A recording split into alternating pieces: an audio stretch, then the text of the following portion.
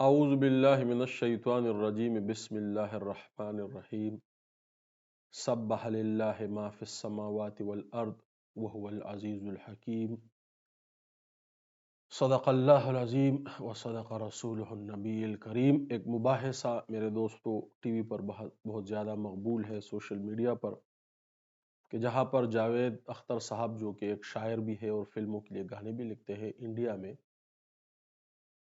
اور ایک مفتی صاحب جو کہ شمائل ندوی صاحب کے نام سے ہے، ان کے درمیان ایک مباحثہ ہوا کہ کیا خدا موجود ہے کہ نہیں۔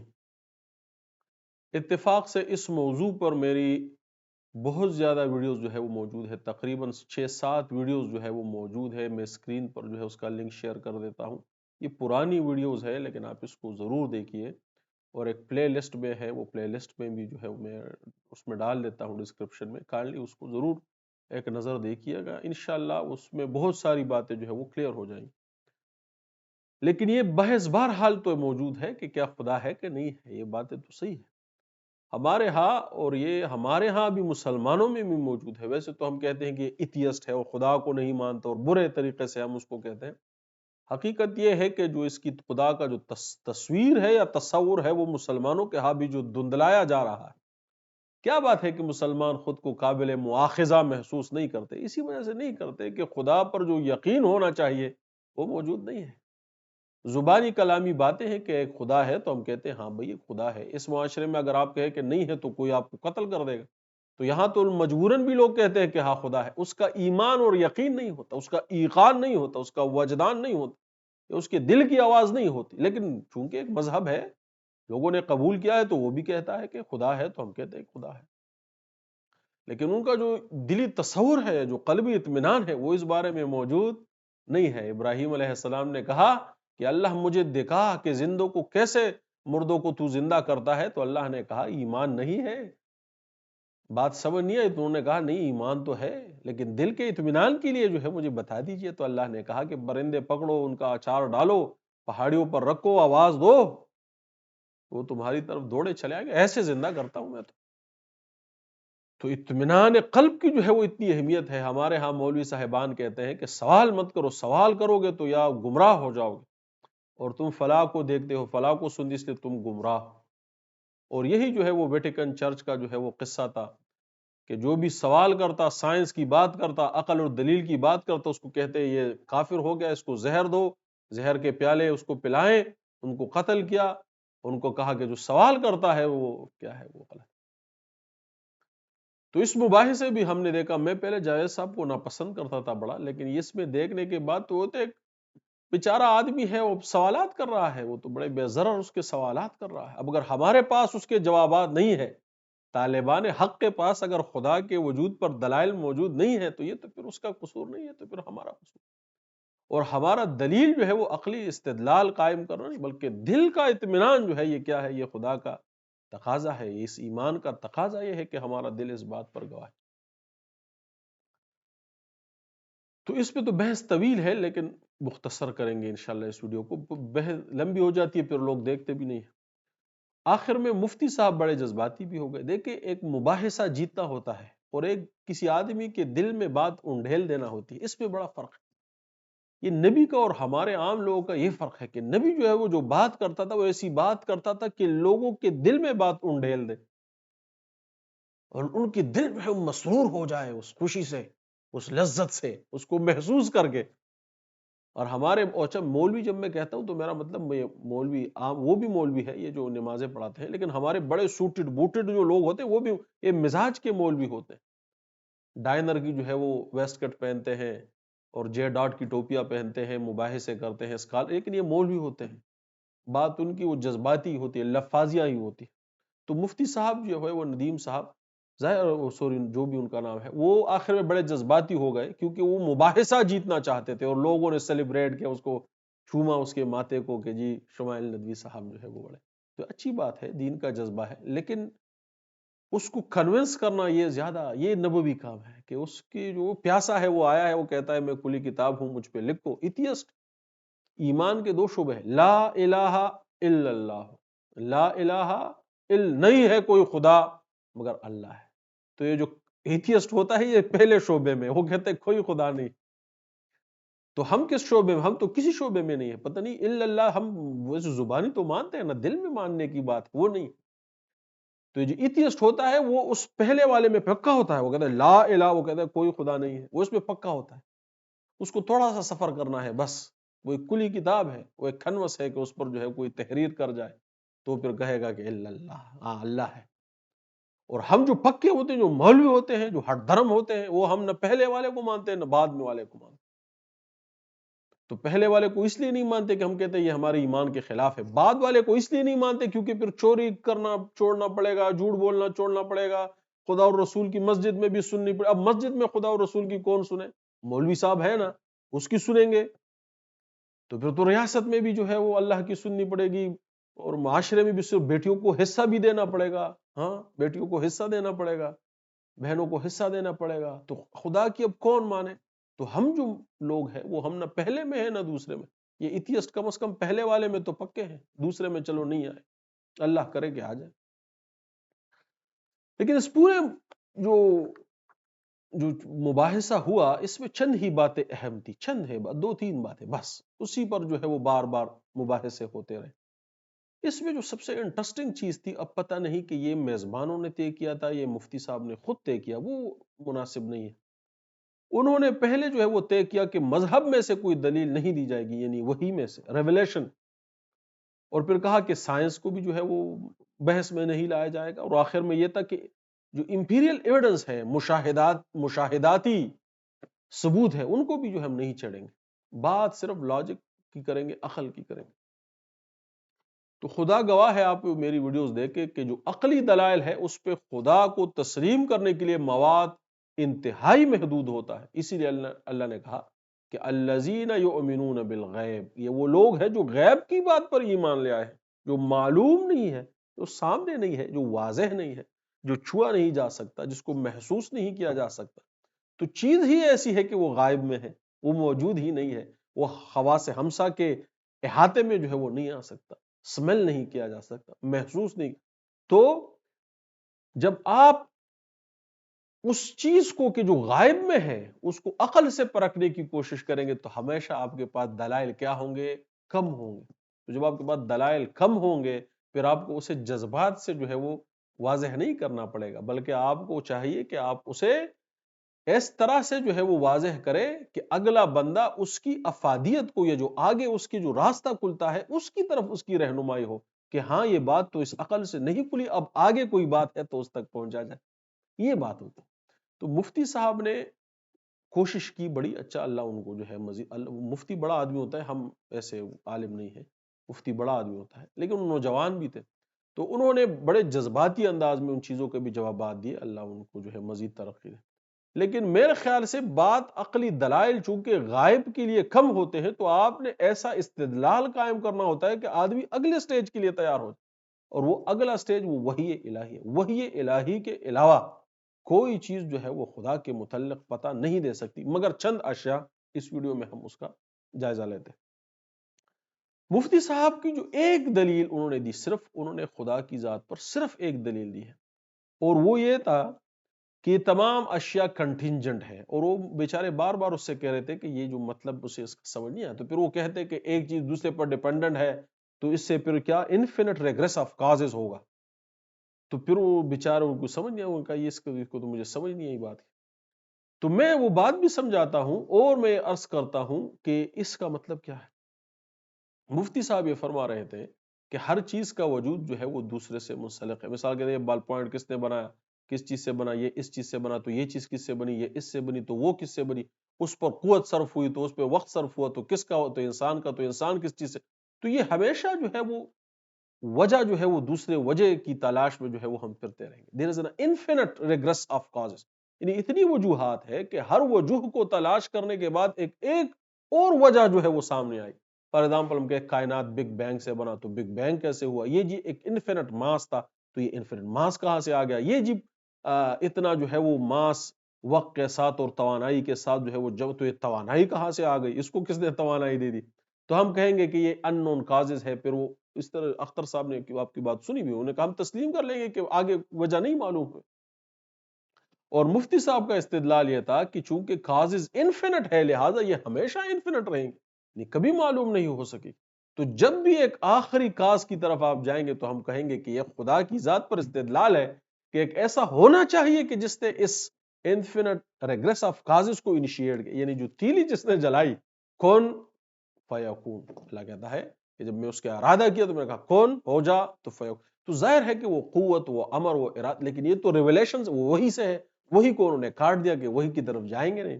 تو عقلی استدلال تو اتنی ہی بنتی ہے کہ یہ کیا ہے، یہ کازز چونکہ نامعلوم ہے، جتنا آپ پیچھے جاتے جائیں گے اس کی کازز جو ہے وہ معلوم کرتے جائیں گے، لیکن اس کی کوئی حد نہیں ہوگی. تو مفتی صاحب نے ایک جگہ پر یہ بھی کہا کہ جب وہ اینڈ ہو جائے گا تو ہم کیا کہیں گے کہ وہ خدا ہے.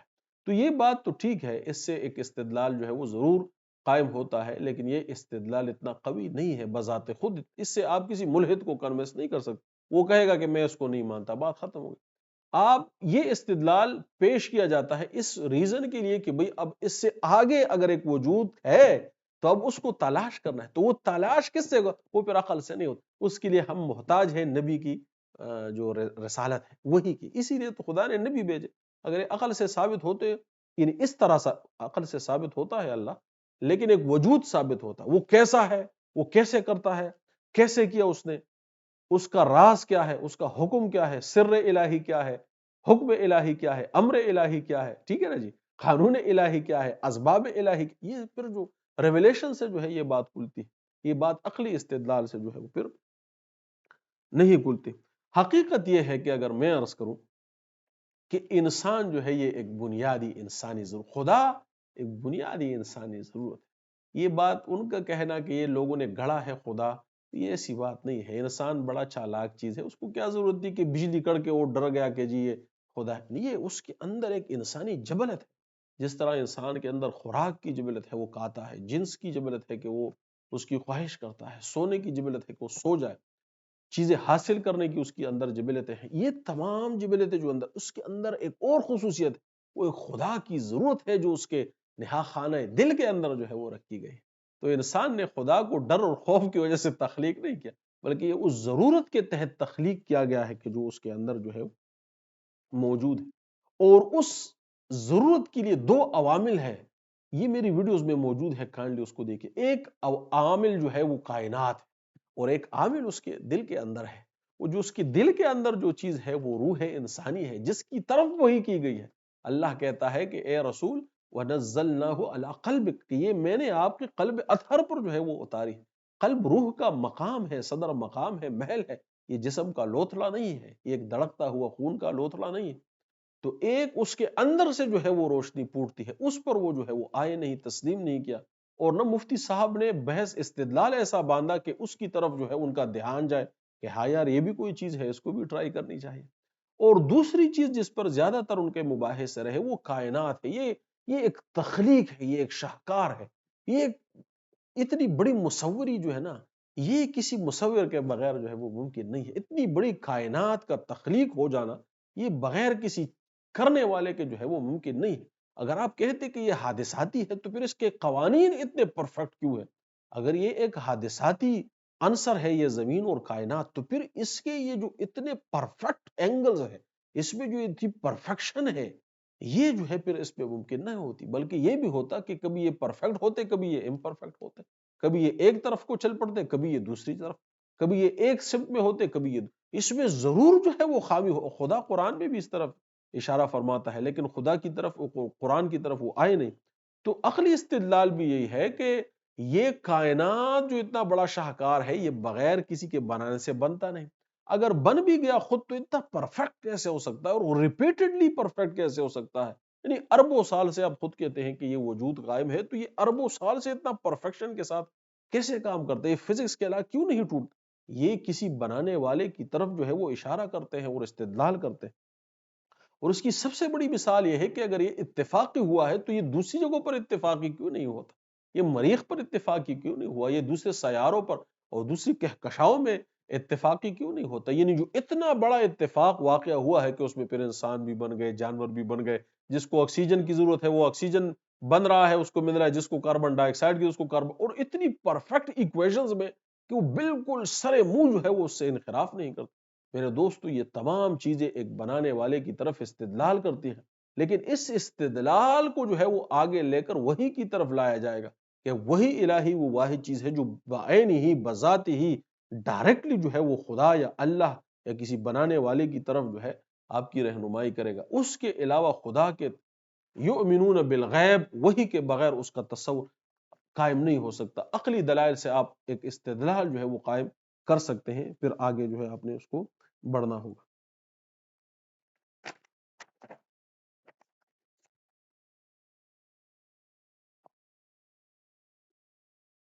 جاوید صاحب نے ایک بات کی کہ مذاہب تو فانی ہے، خدا تو فانی ہے، نعوذ باللہ، لیکن انہوں نے کہا کہ یہ پہلے بھی لوگوں نے خدا بنائے پھر چھوڑ دیے، پہلے ایک مذہب پھر دوسرا مذہب پھر تیسرا مذہب، ہزاروں مذہب جو ہے وہ موجود ہے، کوئی ایک آتا ہے کوئی دوسرا جاتا ہے۔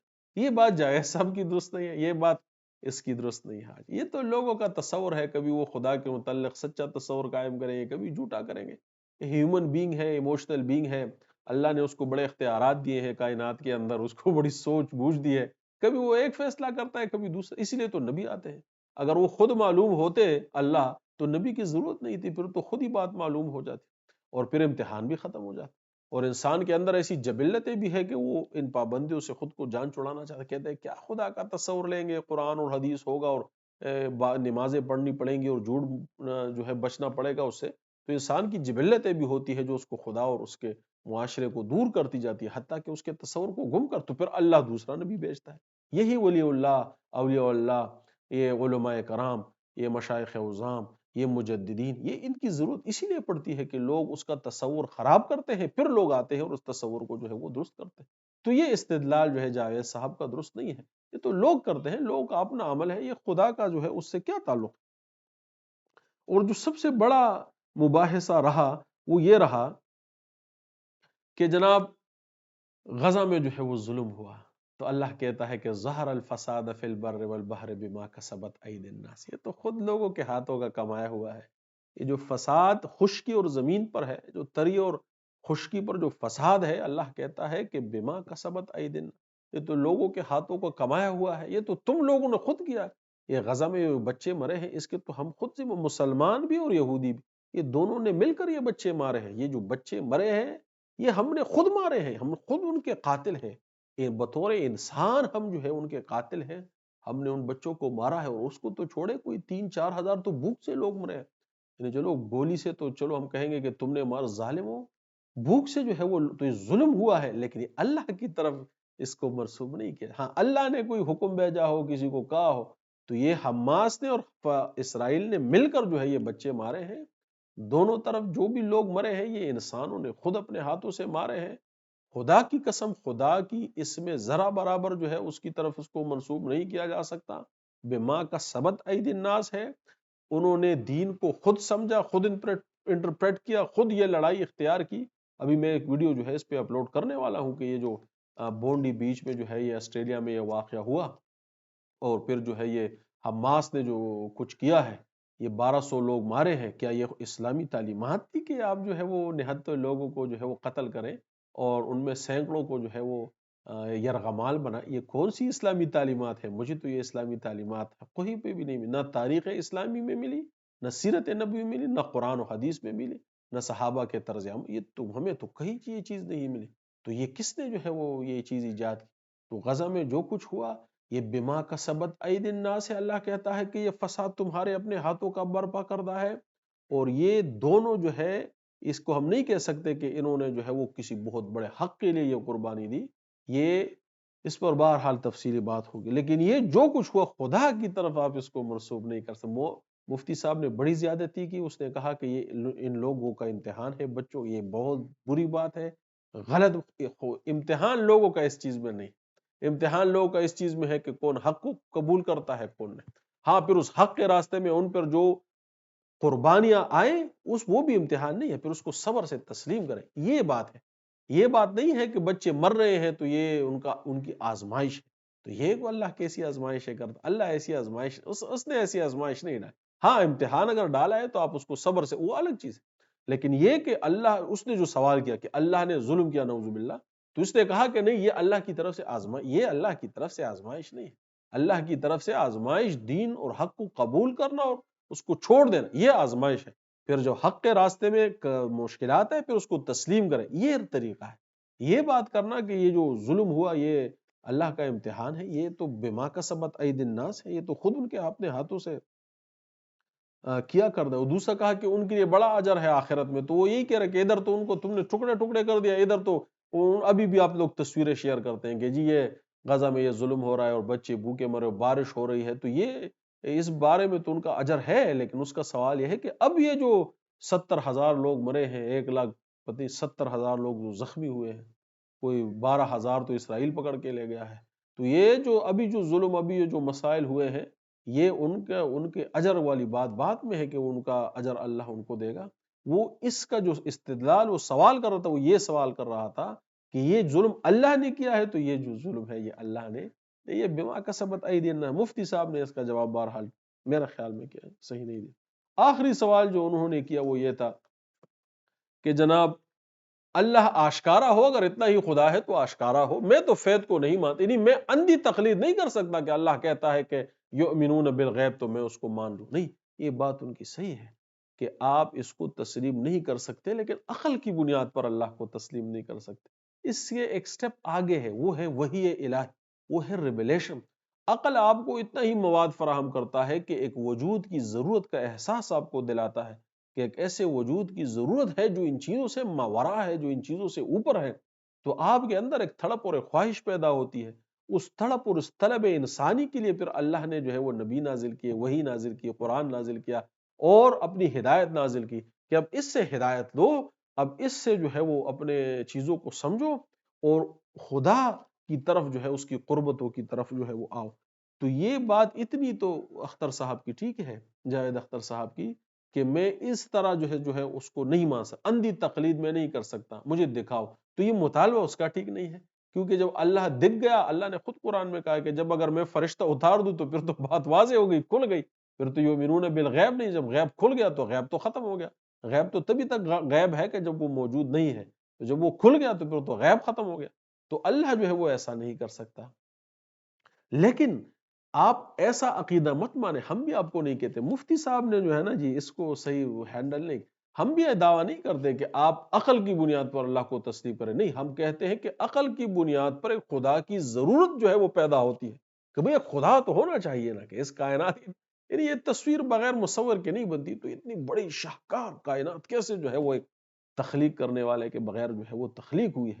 تو اتنا اگر طلب پیدا ہو جائے تو پھر آپ کو وحی الہی کی طرف رجوع کرنا پڑے گا، بغیر وحی الہی کے جو ہے وہ آپ اس کو بڑے حقارت سے ابراہیمک ریلیجنز کہتے ہیں، لیکن یہی ابراہیمک ریلیجنز جو ہے یہ محمد رسول اللہ کا جو ریلیجن ہے، اس کے بغیر جو ہے وہ کوئی ہدایت انسان کے لیے اس وقت فی زمانہ دنیا میں موجود نہیں ہے۔ تو بغیر اس کی طرف آئے تو ذہنی استدلال ان کی ٹھیک ہے، لیکن اس کو جو ہے وہ ایک ریویلیشن کے بغیر حل نہیں کیا جا سکتا، اور اس پر میری تفصیلی ویڈیو موجود ہے کہ روح کس طرح خدا کے پہچاننے کے لیے صحیح آلہ ہے، قلب کس طرح سے جو ہے اللہ نے اس ہدایت کو آپ کے قلب پر نازل کیا، اور اس قلب سے جان لینے سے کس طرح اطمینان قلبی جو ہے وہ نصیب ہوتا ہے۔ یہ ویڈیوز جو ہے وہ میں ڈسکرپشن میں ڈالتا ہوں، یہ پلے لسٹ بھی ڈالتا ہوں۔ اپنا بہت سارا خیال رکھیے۔ السلام علیکم ورحمۃ اللہ وبرکاتہ۔